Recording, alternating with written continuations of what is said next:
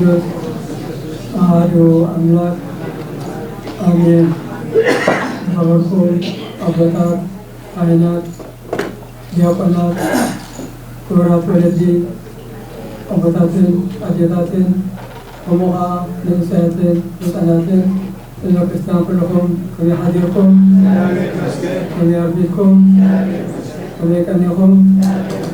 አሜን። ናይ እግዚአብሔር ስም ተመስገነ ተወደሰን ተቀደሰን ይሁን። እግዚአብሔር አምላክ እንኳን ናብዚ በዓል ማርያም ጽዮን ኣብፅሓና እግዚአብሔር አሜን። በዓል እዚ እንታይ ለማዓልቲ ህዳር ጽዮን ማርያም ጽዮን ይበሃል። በዓል እዚ ክቡር በዓል እዩ። ዓብዪ በዓል እዩ ማለት ማለት መቃልሕ ግብራሉ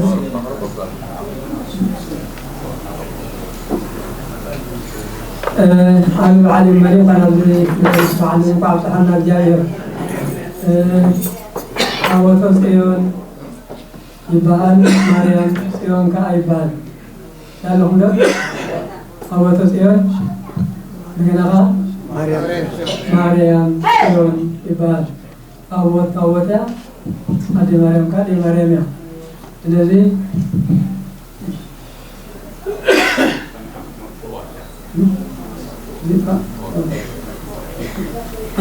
ታቦተ ጽዮን ማርያም ጽዮን ይበሃል። ሓፂሩ ታቦተ ጽዮን ማርያም ጽዮን ካበልና ታቦት ታቦትን ፈሊጥና ነቲ ቅድስት ኣዴና ቅድስት ማርያም ከዓ ኣዴና ቅድስት ማርያም እያ። ስለዚ ሕጂ እቲ ጽዮን ማለት እንታይ ማለት እዩ ተዳሂልና ሳለኹም ዶ ንመሃልና ዘለና። ስለዚ ታቦተ ጽዮን ማለት እንታይ ማለት እዩ? ጽዮን ማለት ፀግዒ ማለት እዩ። ስለዚ ጽዮን ማለት ፀግዒ ስለዝኾነ ታቦት ፀግዕና እያ፣ ቅድስት ድንግል ማርያም ከዓ ፀግዕና እያ። ስለዚ ታቦተ ጽዮን ይበሃል ፀግዕና ስለዝኾነ ማርያም ጽዮን ትበሃል። ኣዴና ቅድስት ማርያም ከዓ ፀግዕና ስለዝኾነት እያ ማለት እዩ። በዚ ሎ መዓልቲ ዝያዳ እንመሃሮ ብዛዕባ ታቦት እዩ ማለት እዩ። ብዛዕባ እንታይ? ብዛዕባ ታቦት ካበይ መፀ፣ መዓስ መፀ፣ ብኸመይ መፀ ንእሽተይ ሕፅር ኣቢልና ክንመሃር ኢና ማለት እዩ። እስራኤላውያን ካብ ግብፂ ምስ ወፁ ኣብ ግብፂ ክነብሩ ከለዉ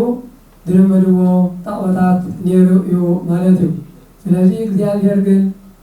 ንብዙሕ ዓመታት ኣብ ግብፂ ኣብ ባርነት ምስ ነበሩ እግዚአብሔር ብተኣምራት ምስ ኣውፅኦም ባሕሪ ከፊሉ ምስ ተሳገሮም ኣብቲ በረኻ እውን መና እናመገበ ካብ ከውሒ ማይ እንዳስተየ ኣብ ዝመርሖም ግዜ ኣብዚ ግዜ እቲ እንታይ ከም ደልዮም ስለ ዝፈልጥ እግዚአብሔር ኣብዚ ኦሪት ዘፀአት ምዕራፍ 24 ቁጥሪ 12 እግዚአብሔር ንሙሴ ናብቲ ሲና ተራራ ወይ ከዓ ናብቲ ሲና ጎቦ ፀዊዕዎ ማለት እዩ። መን ይፀዊዕዎ? መን ተፀዋዒ?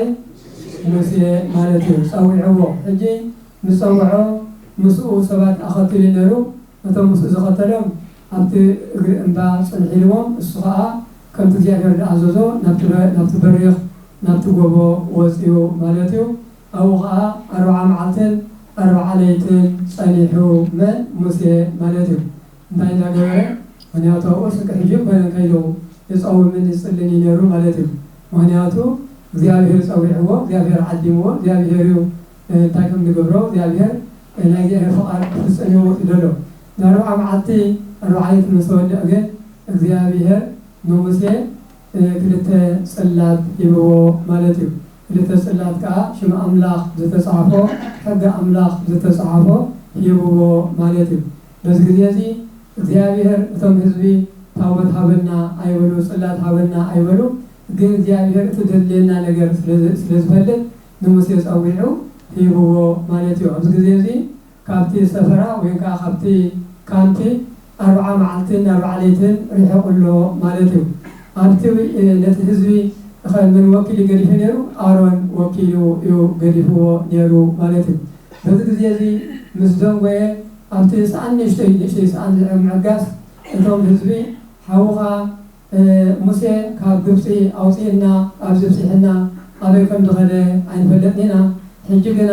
أبقى قدمنا اندامرنا كاكوفو نجار كابسرة إدل حننا أمالختي سرحلنا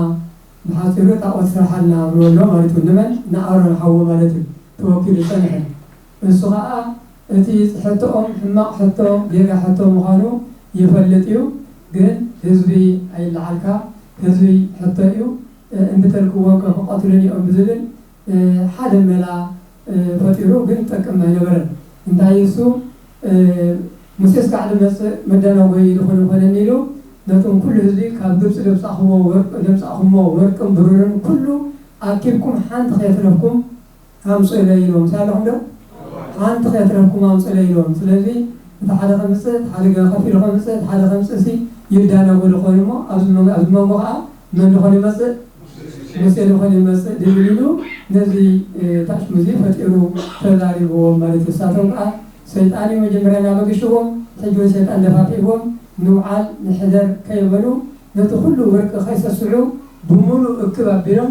ناب آران أمتيوم لهم حجا أمتيوم ما مالتين ثوركين برورن نسخة انتهي نمرن نزي أو حدا من فرعيتو حاوي أكاسلوه مثل أكاسلو سيداني خلص قبر دلو تاوزيو حدا مراخ بمثل تاوات وزيو مالتيو حجي تندليو رخينا يلكا كسبللن كسعسعلن كسعموان كدهسسوان بقى دقشكا بعلنا خبرلهم أرض طاقتنا حجر حيمنا لنالكا إذا كله نربعة عمد مكرا زرعيوه نربعة مئة عمد مكرا زرعيوه أبقبسي عصرة أمرك يوردون طوم عندنا أمدر مداخا صحي كي برتعوم دمنا نداس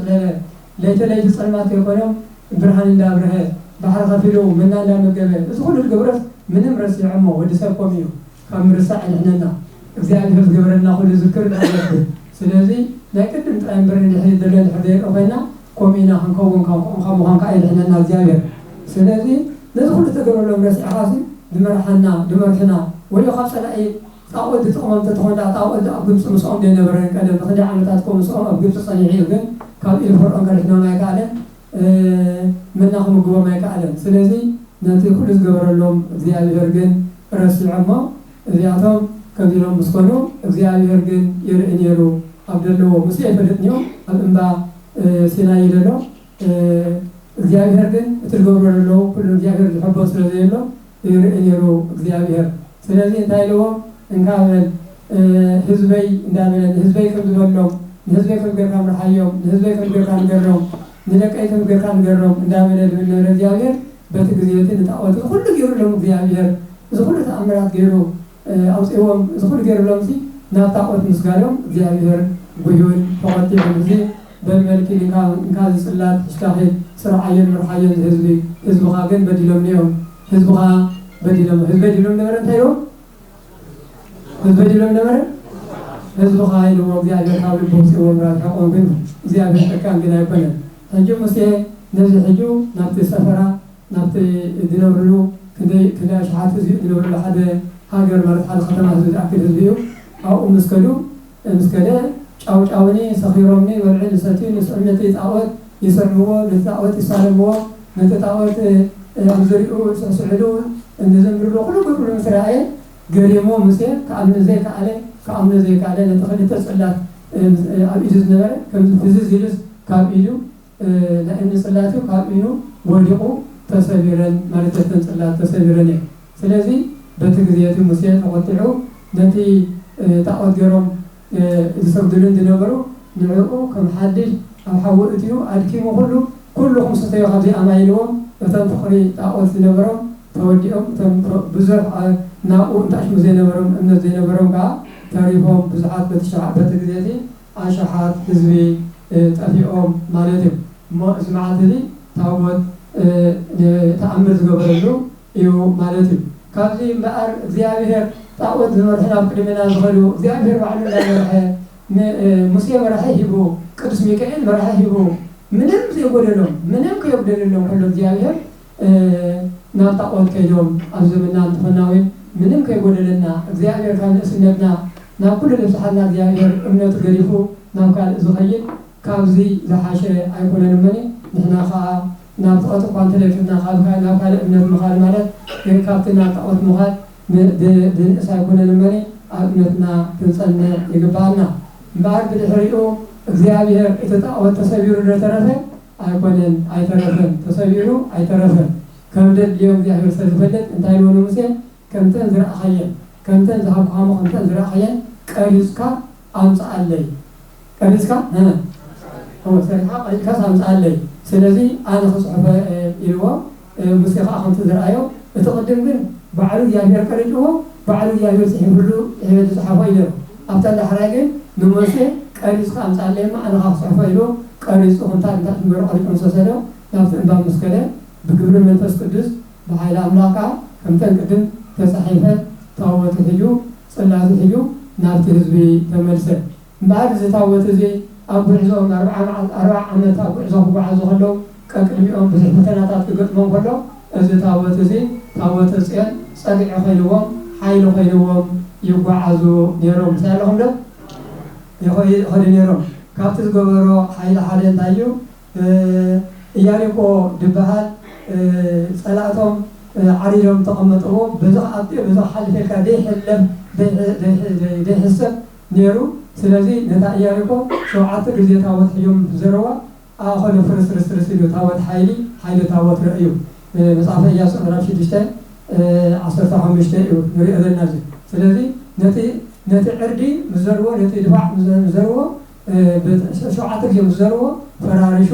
እቶም ጸላእቶም ኣብ ኢዶም እትዮሞም እስራኤላውያን ብሰላም ሓሊፎም ማለት እዩ ካብኡ ምስ ሓለፉ ከዓ ዮርዳኖስ በፂሖም ዝሕይ ዮርዳኖስ ጌታ ዝተጠመቐሉ ዮርዳኖስ ፀባ ኣብ ናብኡ ጫፍ ንጫፍ እቲ ሩባ ምስ ነበረ ምንም ክሳገሩ ኣይከሉ እስራኤላውያን ከዓ ቆልዓ ሰበይቲ ኣለዉ ኣረጋውያን ኣለዉ ድለኾም ኣለዉ ሓደ ከተማ ንኣክል ህዝቢኦም ንጓዓዙ ሸሓት እዮም ስራሕ ክንደይ ሽሕም ህዝቢኦም ከመይ ገይሮም ክሳገሩ እግዚኣብሔር ንሙሴ እንታይ ኢልዎ ኣብቲ ግዜቲ እኳ ሙሴ ኣይበፅሐን ኣብቲ ግዜቲ ኢያሱ ተተኪኡ ነይሩ ስለዚህ እግዚአብሔር ኢያሱ እንታይ ኢልዎ እቲ ታወት ካህናት ይሸከሙ ከም ሕጂ በዓል ከንኮሎ ይሽከሙ ማለት ይሸከሙ ማለት ኣብቲ ማይ ዮርዳኖስ እግሮም ነቶም ካህናት ነቲ ሩባ ዮርዳኖስ እቲ ኣጻብዕ ናይቶም ካህናት ኣብቲ ማይ ዮርዳኖስ ይተንክፋ እቶም ታወት ተሸከሙ ማለት እዩ እመኒ ሽዑ እቲ ዮርዳኖስ ጠጠው ክብለሎም እዩ ክሓልፍኦም ህዝቢ ኢሎ ከምቲ ደሎ እቶም ታወት ዝተሸከሙ ነቲ ዮርዳኖስ ምስ ተንከፍዎ እቶም ኣቦታት ካህናት ማለት እዩ እቲ ዮርዳኖስ እቲ ኣብኡ ነበረ ቅድም ነበረ እንታሓት ኸይዱ እቲ ብድሕሪት ነበረ ከዓ ጠጠው ኢሉ ኩሉ ህዝቢ ምስ ተሳገረ እቲ ዮርዳኖስ ከም ቅድሙ ክውሕጅ ጀሚሩ እዚ ተኣምር እዚ ተገይሩ ናይ ታቦት ተኣምር ማለት እዩ ብድሕሪኡ ግን ህዝቢ እንዳተገልገለሉ ካህናት ሓሊፎም ካህናት እናተተክኡ ህዝቢ ሓሊፉ ህዝቢ እንዳተተክአ ከም ሕጂ ዘለና ተተኻኸኸ ክነበር ከሎ ኣብ ሓደ ዘመን በዝሎ መዓልቲ ኣዚና እንመሃሮን እንሪኦን እዩ ሕዳር 21 ታወት ተኣምር ዓብይ ካብ ዝቅድም ስማዕንዮ ካብኡ ላዕሊ ተኣምር ዝገበረሉ እዩ በቲ ግዜቲ ነታ ታቦት ሓላፊኣን ኣዛዚኣን መርሓይኣን ዝነበረ ካህን ኤሊ ይበሃል መን ይበሃል ካህን ኤሊ ይበሃል ደቁ ክልተ ካህናት ከዓ ፊንሓስን ኣፍኒንን ይበሃሉ ስለዚ እዞም ክልተ ካህናት ደቁ እሱ ኣሪቡ እዩ ምንም ተኾነ ናይ ሓላፊ እዩ ተንክልተ ደቁ ግን የገልግሉ ነይሮም ከገልግሉ ከለዉ ግን ኣገልግሎቶም ጎደሎ ነይሩ ድፍረት ነይሩ ነቲ መስዋእቲ ብግቡእ ኣየቕርብዎ ነቲ መስዋእቲ ብግቡእ ድያየ ዝቐርብ ብግቡእ ንዕኦም ዘይግባእ ወስድዎ ነቲ መስዋእቲ ብዙሕ ኣብ መስዋእቲ ጋገይ ነይሮም ልዕሊ ኩሉ ቅድሚ ኩሎም ከዓ ዝሙት ብዝሙት መላለሱ ዘመውቲ ነይሮም ዝሙ ነይሮም እንዳዘመው ከዓ የገልግሉ ነይሮም እግዚአብሔር ተቆጥዑ በርግጥ ኣቦኦም ኤሊ ነቶም ክልተ ደቁ ካህናት ግደፉ እዞም ደቀይ እዚ ትገብሮ ዘለኹም ሳለኹም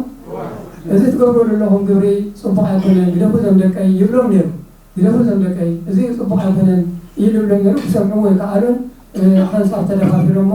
ነቲ መቕደስኒ ነቲ ታቦትኒ ተደፋፊሮሞ ድፍረት ድሕሪ ሓዲርካ ከቢድ ካብ ድፍረት ዝሰውረና ደፈራት ኣይንኹን ተደፋፊሮም ኩሉ ግዜ እኮ ሓደ ነገር ኩሉ ግዜ ትመላለስ እንድሕር ኮንካ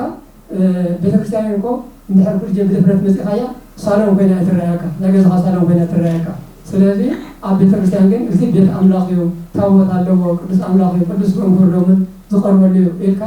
እንተዘኪርካያ ከም ተራ ኩሉ ግዜ ስለ ዝመፃኻያ ስለ ዘቕረኻያ ስለ ዝለቕለካያ ስለ ዝገበርካያ እንድሕረ ኣቒልካ ሪእኻያ ተደፋፊርካያ ኣለኻ ማለት እዩ إذا كل تدقوا في الحسن وفي الإسقاط نتابع المقدس نتساوت كله تلفافي رمو زموت نفس أمو يقلقلوا نتمسوائت زقبا يقولوا እግዚአብሔር ግን ተቆጥዑ አዚ ተቆጥዑ አለ ማለት እግዚአብሔር ነኤሊ እንታይ ነው ብራይ እግዚአብሔር ካዋይሲ ንደቅኻ ካዋይሲ ንደቅኻ ፈቲኻ ኢልዎ እግዚአብሔር ስለዚህ ካዋይ ንደቅኻ ፈቲኻ እንታይ ዘገበረ መኺርዎም እንዲሁ ምዕልዎም እንዲሁ ሓደ ኸገብሮ ዝነበሮ ግን ነይሩ ማለት እዩ ካብ አገልግሎት እንታይ ከብረም ነይሩ ጠጣው ከብሎም ነይሩ ሳትኩም እዚ አገልግሎት ብቕዓት ኣይኮንኩኒ እዚ አገልግሎት ዝግባእኩም ኣይኮንኩም ጠጣው በሉ መኺሩ ካለ ኣለይዎ ጠጣው ከብሎም ምኻለ ነይሩ ቅዱስ ቤተክርስቲያንና ሕጂ ለምሳሌ አገልግሎት ለምሳሌ ዘይግብኦ አገልግሎት ዝሙት ዝፈጸመ ክህነቱ ዘውረደ ቤተክርስቲያን እንታይ ትገብር ጠጣው ተብሎ ሓቀይ ጠጣው ተብል ክርስትና ግን ኣይትምጥረነ ክርስቲያን እዩ ኣማኒ እዩ ተነሲሕኻ ኣብ ደገ ኮንካ ህዝብኻ ኣቐድስ ዳዊት ካድገን ውዳስ ማርያም ካድገን ተነሲሕኻ እውን ደገ ኮንካ ቆረብ ትውለድ እምበር ኣይሰጎነ ስለዚ ቤተክርስቲያን ዘይግባእ ማዕርግ ነቲ ማዕርግ ዘይበቆ እንድሕር ኮይኑ ጠጠው ተብሎ በቲ ግዜቲ ካህን ኤሊ ጠጠው ከብሎም ዝግብኦ ጠጠው ኣያበሎምኒ ስእሊ ሪእዎም ካባይሲ ንደቅኻ ኣፍቂርካ ስጋዕ ንብሎ እግዚአብሔር ኮይኑ ማለት እዩ ስለዚ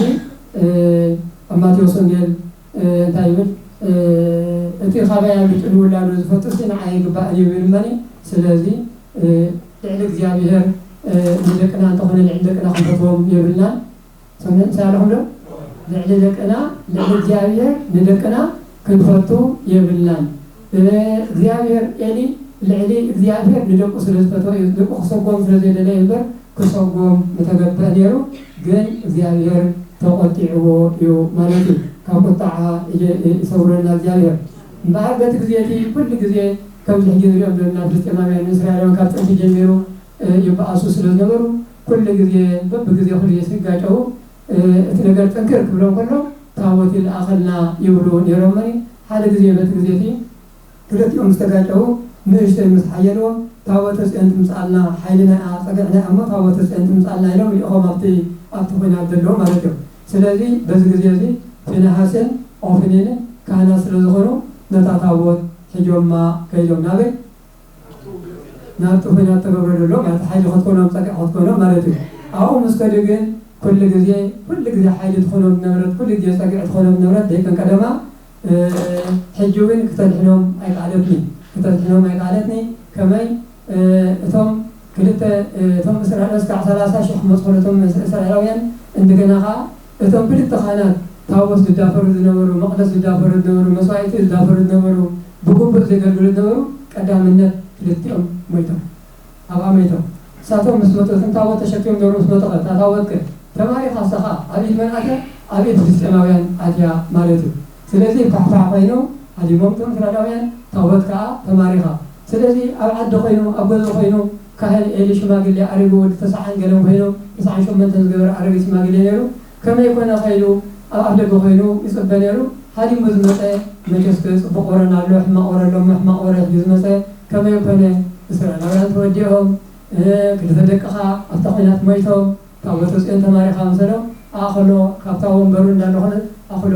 ስኻ ሞይቱ ማለት እዩ እግዚአብሔር ቁጣዓ ክጅምር ከሎ ብገዙ እዩ ዝጅምር ማለት እዩ እግዚአብሔር ብምሕረቱ ይዋስየና ብምሕረቱ ይሓልወና እምበር ቤተክርስቲያን ስለዝመፃና ስለዝቀደስና ግብዚ ስለዝገበርና ኣይኮነን ክቁጣዕ ከሎ እግዚአብሔር ብቤቱ ይጅምር ብቤቱ ይጀሚርዎ ስለዚ ኤሊ ሞይቱ ክልተ ደቁ ሞይቶም ኣብዚ ግዜ እዚ ሰበይቲ እቲ ሓደ ካብቶም ደቁ ፊንሃስ ትበሃል ነፍሰ ፆር ብፅሕቲ ወርሒ ነይራ ልክዕ እናታቶም ሞት ክንገር ከሎ ንሳ ከዓ ሕርሲ ተታሕያ ተገላጊላ ስለዚ ኣጆኸይ ወልወሊት ክለኺ እንተበልኣተን ሕርሳ እንታይ ዋጋ ኣለዎ ካብ እስራኤል ክብሪ ደቂቑ ካህናት ሞይቶም ታቦተ ፅዮን ተማሪኻ ክብሪ ኣብ ዘይብሉ ተወለዲኡ መለ ዮካቤድ ኢልኩም ፀውዕዎ ህፃን እዚ ዮካቤድ ማለት ክብሪ ካብ እስራኤል ደቂቑ ካህናት ሞይቶም ታቦተ ፅዮን ተማሪኻ እንታይ ክብሪ ኣለና ክብሪ ኣብ ዘይብሉ ዝተወልደ ህፃን እዩ ዝመኒ ዮካቤድ ኢልኩም ፀውዕ ለይላ እሳ ግን ዓሪፋ ምስኪን ስለዚ ሜታ ስለዚ ሓቃትካ ክብሪሲ እንታይ ክብሪ ኣለካ ሃይማኖትካ እንድሕር ተጋሂሱ ታቦትካ እንድሕር ተወሲዱ ካህናትካ እንድሕር ተኸቲሎምሲ ክብሪ የብልካ ስለዚህ ክብሪ ኻወና ለቀዩ ኢላ መኒ ናይ ሓቂ እግዚአብሔር ስለተቆጣዐ ብገዝኡ ጀሚሩ ማለት እዩ እዚ ሁሉ እዚ እግዚአብሔር አቀድሙ ይነግሮ ነር ከምቲ ኤሊ ንደቁ ግደፍድሎ ነበረ እግዚአብሔር ከዓ በህፃን ሳሙኤል ገሩ ይነግሮ ነሩ ህፃን ሳሙኤል ከም ንፈቶ ቀዳማይ መጽሐፈ ሳሙኤል ምዕራፍ 1 ሃና አዲኡ መኻኔራ ብዙሕ መብፅዓ ምሰለቶ ከም መብፅዓ ከዓ እግዚአብሔር ይባቶ ኣብቲ ቤት ኣምላኽ እቶም ክልተ ደቁ ፊንሓስን ኣፍኒንን እዚ ኩሉ ገበን ክሰርሕ ከሎ ህፃን ሳሙኤል ግን ብቕንዕናን ብንጽህናን ብቅድስናን የገልግል ነይሩ ስለዚ እግዚአብሔር ንንጹሃት ንቕንዓት ዳእምበር ቆልዓይ ዝልዕቕ እግዚአብሔር ንኤልን ኣይነገረ ነቶም ፊንሓስን ኣፍኒንን ኣይነገረ ንመን ነገርዎ እግዚአብሔር ኣብ መለቀሲኡ ንመን ፀዊዕዎ ንሳሙኤል ፀዊዕዎ ሳሙኤል ኢሉ ፀዊዕዎ ብድድ ኢሉኻ ተስኡ ናበይ ከይዱ ናብ ኤሊ ካህን ከይዱ ፀዊዕኻኒ ኢልዎ ኣይፀዋዕኻን ደቂ ዝወደ ኢልዎ ተመልሶ እንደገና ኻ ፀዊዕዎ ፀዊዕኻኒ እዚ ፀዋዕሲ ናይ እግዚአብሔር የመኒ እነሆ ኣለኹ በሎ ኢልዎ ስለዚ ምፀዋዕ እግዚአብሔር እነሆ ኢሉ እዚ ኩሉ ንኤልን ንፊንሓስ ደቁን ንታቦተ ጽዮን ዝወርድ ኩሉ ነገርዎ ነቲ ህፃን ነገርዎ እግዚአብሔር ዓብ ሰብ ንድሕር ኢሉ ህፃኑን ዓብዪ ኣብ ቅድሚ እግዚአብሔር እቲ ዓብዪ ዓብ ኮይኑ ንድሕር ዘይተረኽበ እቲ ዝግብኦ ኮይኑ ንድሕር ዘይተረኽበ ምስ ህፃን ክማኸር መኺሩ እግዚአብሔር ማለት እዩ ዓብ ካህን ነይሩ እቶም ካህናት ነይሩ ግን ጉባኣት ከምኡ ኮይኖም ዘይተረኽቡ ብመገዶም ስለ ዘይተረኽቡ ምስ ህፃን ተነጋጊሩ እግዚአብሔር ህፃን ኢሉ ዘይልዕቕ ኣምላኽ እቲ ኩሉ ነገርዎ እዩ ከምቲ ከዓ ኤሊ ከዓ እንታይ ኢልዎ እቲ ዝነገረካ ብሽም እግዚአብሔር ከይትሓብአኒ ንገረኒ ኢሉ ኩሉ ምስ ነገሮ ኩሉ ኣብኡን ኣብ ደቁን ኣብ ታቦተ ጽዮን ዝወርድ ኩሉ ሓንቲ ከይተረፈ ምስ ነገሮ እዚ ከዓ ከምዘይተረድ ፈልጥ ነይሩ ኤሊ ዝገብሮ ነገር የብሉን እቲ ዝተነገረ ከዓ ኩሉ ሓደ ብሓደ ተፈፂሙን ኩሉ ከዓ ደቁ መይቶም ንሱ መይቱ ታቦተ ጽዮን ተማሪኻ ማለት እዩ ስለዚ ታቦተ ጽዮን ተማሪኻ ተረፈት ብዛዕባ ታቦተ ጽዮን ከንታይ ኢና ክንመሃር ምሳሌኹም ዶ ታቦተ ጽዮን ተማሪኻ ሓገ ኣብ ኢድ ኣሕዛብ ኣብ ደ ኣመንቲ ኢድ ኣትያ ስለዚ ኣብቲ ዝኸደቶ ቦታ ታቦተ ጽዮን እንታይ ገበረት እንታይ ዳ ኮነታ ወሲዶም ከምንታይ እተዋ ከመይ ገይሮም ከተንከፍዋ እምበኣር ወሲዶም እዚኣልዮም ሓይሊ ገይሮም ብምኩሕላት ነበሩ ኣብ ኢድና ኣትያ ኢሎም ተሓጒሾም ኣብ ምንታይ ይእትዮማ ኣብቲ ቤት ጣዖቶም ይእትዮማ ኣብ ምንታይ ኣብ ቤት ጣዖቶም ኣብቲ ዝሰግድሉ ጣዖት ዳጎን ልበሃል ቤት ዳጎን ልበሃል ኣብኡ ይእትዮማ ካብኣቶም ኣኽቢሮም እዮም ማለት እዩ ስለዚ እስራኤላውያን ዘምልኽዋን ዝእመንላን ሓይሎም ዝኾነት ኢሎም ኣብኡ ይእትዮማ ኣብቲ ቤት ጣዖት ወይ ካብቲ ቤት ዳጎን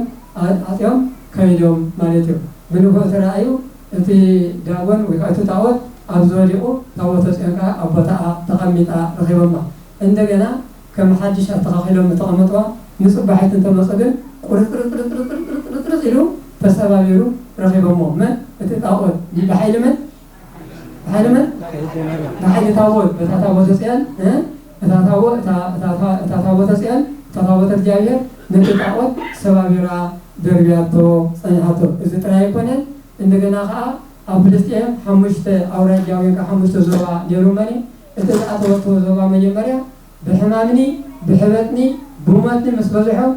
እንታይ እዚ ነገር እዚ ኣጋጣሚ ድዩ እንታይ ኢሎም ናብቲ ካልእ ኣውራጃ ወይ ከዓ ናብቲ ካልእ ዞባ እንተወሰድዋ ኣብኡ እውን ሕበጥኒ ሞትኒ ኮይንዎም እንታይ እዚ ነገር ናብቲ ካልእ ተርባ ንኩሉ ምስ ኮኖም እንታይ ትውዳእና እዚኣ ናብ ቦታኣ ናብ ዓዳ ምስ ደዳ ተባሂሉ ሕራይ መን ይወሰዳሞ ኣጀንታዮም ተባሂሎም ሲ ኣናፁስ መኺረን ኢሎምን ኣናፁስ እዛን ጭዋ እንዳዘንጋዓትና ሞ ከቢላትና ሲ ሓደ ነገር ንግበር እንታይ ንግበር ኣብ ክሳዳ ቃጭል ነሰረላ ፅብቕቲ ተባሂለን ቃጭል ነሰረላ ተባሂለን ሕጂ ሓደ ከዓ መፅር እታ 10 ከመኒ ከኣስር ምን ከየፈት ጭዋ ቃጭል ከኣስረላ ምሳሌኹም ዶ ስለዚ እዛ ታቦት እዚኣ ወዲኣትና ብሕማምን ብመከራን ወዲኣትና ናብ ቦታኣ ትመለስ መን ከይምለሳ ምክንያቱ ክልቲኦም ብኡሳት እዮም ክልቲኦም ብኡሳት እዮም መን ይምለሳ ናብ ቦታኣ ኣብኡ ተቐሚጣ ከዓ ወዲኣቶም ከዓ ብሕበጥኒ ብሞትኒ ብተፈላለየ ግራውቶም በጭዋን መከራ በዚሕዎም መከራ ምስ በዚሖም ናብ ቦታኣ ንምለሳ እዮም ብኸመይ ትመለስ ግን ብልሃተኛታት ከዓ መጨስ ምንም እንተኾነ ዋላ እምነት እንተጎደሎም እግዚኣብሔር ዝሕደረሎም ልባማት ከዓ መጨስ ኣለዎም መኒ እንታይ ገይሮም ሰረገላ ወይ ከዓ ካረሳ ሰሪሖም ክልተ ኣፍራስ اللهم أبقنا اللهم أكن الجبرو تمارا مرتس رزقنا تأمر أتي أطم التجبر تأمر حكي كم زيديو إلى كم مرة مرقوب نتايلهم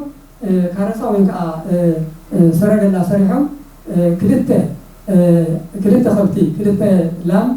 حراسات مالتي حراسات مراخد زلون بتي زلون قرينو من مالتهم قرينو نتخرسا أو عميتهم نتتوت عميتهم كان تقول أوراجاتهم كا ورقي بدينا إليهم نايكحصا ورقي كنت بجراوتهم بنجوال مثل دودهم نايجواس زلوا ورق جرو نحن تحمشت أوراجهم نقول أكيبهم نتتوت أبتخرسا عميتهم نتورك أو عميتهم حجنة النكبتي ناس قطعوا عنهم ولا لهم كان نتن بديك أبيت أسير مالو أكن يعني عين الدرع خمس أسير مالو تمرأة خمس أسير مالو إذا كان هذا أجمل حجي بركة خمس ولا قدي فاسي ولا قدي فين مبح دابلا إسرائيل أسحنه لا أمشي لك خمسة عديتات نولاد نسان قلعة انتاكم تغنى كبتو خلي انسان خلي ما نمكنه نولادو مجلس انتاك عنكم نخلو خلنا نفطينا كبتسي مسكت العابهم تليهم زي نمهم كان كم تخطوه بركولا كان بجديها أنا برخات وزدا قدامنا كان بذات مسقة مرحات مسقة أو لا ناس لزلوا خبتها إذا يمكن كل زنكلة رام قل حراسات كنسان حراسات لك أنا بزر أقمتان تقميدا مبحنا بلا أمدر إسرائيل أبسحن أو أمدر إسرائيل زلوها نتاتاوى تسئل تقبل ما أبي دارا دبهال قدس كم تقومهاتكم قدس سمزغني أو تقميدا بدحريقها أبتل تزالون لها بخبري كيدا داويد كا بخبري تقبلو بخبري زمير الله بخبرها أغميت ومالدي سلازي እግዚአብሔር كل ذاكل نايتاوت حيل كبر አለዎ ኣብ ዘመንና እቲ መጽሓፍ ቅዱስ ብዛዕባ ታቦት እንዳተዛረበ ነገር ግን ታቦት በታቦት ዘይኣምኑን ታቦት ከዓ ዘይቅበሉ ኣለዎ ንሕና ግን ታቦት ኃይለ ኣምላኽ ምዃኑ ኣሚንና እንሆ ኣኽቢርና እንሕዞ ኣለና ስለዚ እግዚአብሔር ታቦተ ጽዮን እቲ ካቢል ሙሴ ተሰቢሩ እንዲሁ ተሰቢሩ ተበለሞ ከመን ቀርት ካም ጻለይ ነው ጽሕፍ ይድዎ እንዲሁ ስለዚህ ኣብ ቤተ ክርስቲያንና እንሪኦ አገልግሎት ብሙሉ መጋረጅ እዲዩ ጽንሑ እዲዩ ዕጣን እዲዩ ኩሉ ንዋየ ቅድሳት በቲ ግዜቲ ኣብ ኦሪት ዘጸአት ካብ ምዕራፍ 25 ጀሚርና እንተሪእናዮ ብዛዕባ ንዋየ ቅድሳት ብዛዕባ ቤተ መቅደስ ብዛዕባ ድንኳን ኩሉ ስርዓት ዝሰርዓሉ ቤተ ክርስቲያንና ከዓ ካብ ዘመነ ኦሪት ዝወሰደቶ ጀሚራ بذكر بتجزيتي مسوعة أريد إن إنسان مسوعة قوي قرب تنورة حججن أمناوي مسوعة يسوع كريستوس بعلونا كريستوس لنا لهم مقام تقولنا إتي مجال جبتن إتي عانن إتي مجارجان إتي منورن إتي تعود نجن كله بولين حديثين حجا بيت كريستيان تركب علمني أجزاء أملاخ نزي أقل دولة زي ذهبنا نبوتاتنا ذهبوا كابوتاتنا تركبنا خا حزنا يوم كيت كلنا عبي حوس اسمعنا لي على حوس الآن اسمعنا يوم مالت المالي نحن كابوتاتنا نزعجنا يوم نمخاد يبقى عنا زيادة سلذي كم تقدم دلنا يوم كابوت صيون سقعنا يوم مريم صيون سقعنا يوم إنبا صيون إن تبالي نقرمو صيون مالت بحث سقعي مالتي سلذي كبرات زوا كريستيان مبار كابزي انتاي المهار تاوت بالأملاق كم نغني تاوت حي الأملاق كم نغني تاوت بزحت أمراض كم تقبر حجوة أمراض كم تقبر زي كم رداء يقبا عندك ناها أب تاوت كا دفرات كم زي يقبا اتهم ندافوت نتاوت بدفرو اتهم نداوت زواردو كاهنات كم تقصعو ممنانا كم تقصعو كلهم كم تقصعو نحناوين أم كمية تاوت እግዚአብሔር بتفرز زيكونه بفرحات بتعليس زيكونه بتحتنا كنجلجل يقبعنا من الممد نام دفرز لبس حكامي أبيار أملاك نزع خلنا كل جزء بيت እግዚአብሔር يا أكون اللي بيت እግዚአብሔር في بيت منقص نطيس كل خام كان أكاد لناها أرجع لسها أتمام تها كل خناتك تتأخر كأحد خير بحب الخميرة سلوزلو حكي سلازك إلكاب سلسرعات أكاد لخالي يا رب من خالي قلت كيبلكا بس نسرعت كان قاعد خاطرنا بيت المقصدي أبيت أملاك كأون العلي قلت أملاك كبري كنه يقبلنا انت خبرنايو خبرنا انت حسرنايو حسرنا مني نخلي نحسر كبري نخبرو يبالنا سلازي أجلجتن تجلجتن كانتن من كلنا أبيت أملاح بفريق زيادة كنجلجل يبالنا أبزمنا أنت خلنا أبزمنا أنت خلنا بيت زيادة خمسة قصيعهم كانت تقصيعهم منا تقصيعهم فوتس أنا إنتاج موري خلق من كلنا أبزمنا خير هم زي جبر كيلو هم زي بيت زيادة بس أم زي بس أم كيلو أكلنا بس أم بر أو تلي جديدو دايلا زمن محرس سلوز خلنا كريستوس كابزولة جميرو كريستوس أمستر كابزوكا جميرو الزمن زمن تايبه زمن المحرات بعد المحرات وصلت المدنة إمبري كوانا ودلسي تبيعون تساعدون أي بلد يمني زيابير حجون محراتو كوانا أي رحق زيابير كل جزية توت حيلنا يو سبعنا يو ولا يتأملاك أدينا مريم كا حيلنا سبعنا يا كابتاوت كابتاوت ذلعله كبر زلواقع مني أدينا كدس لينجل مريم تاوت مالت أبتتاوت قال أملاخ يو تقاريسو قال أملاخ يو تصحيحو أبدنا قدس مريم بن كام سجى كام نفس تواهيلو قال يسوع كريستوس كام نفس تواهيلو لعل تاوت كبر زلوا أدينا قدس لينجل مريم تاوت كنا قدس لينجل مريم إنهم لهم أيقوننا تاوت أين بنلقينا بتاوت غيرنا قال أملاخ غيرنا نا أملاخ نمسجنلو نا أملاخ نخلي العنبري إنهم نلقي أيقوننا تاوت نملقينا أنا من بأملاك جرنا بتهاوت جرنا أملاك نملك خلص سنجل مريم عملنا النتكا كأملاك محرات نحن نركب مني سلازي زيابير تهاوت كنا خلص سنجل مريم ذهبنا أملاك سمو لتمس جنا يهول مني زبع على ناي ورقات بعلي سلازي ما كدنا خلص سنجل مريم كم تقدم ذلنا يوم تأكد تحرسات كرتي ولا رنجليفا نبتي زيابير أزاز المباح دابلا ناب إسرائيل من الدفسحه سلازي كلت بتاش مخلت حراسات كرتي أقولات كدين تايل أقولات مقالبا كما جاء أفكرني أفكر كتير مزيلا بمرا يبنو مني سلازي إذا كلت حراسات براخوتر مكا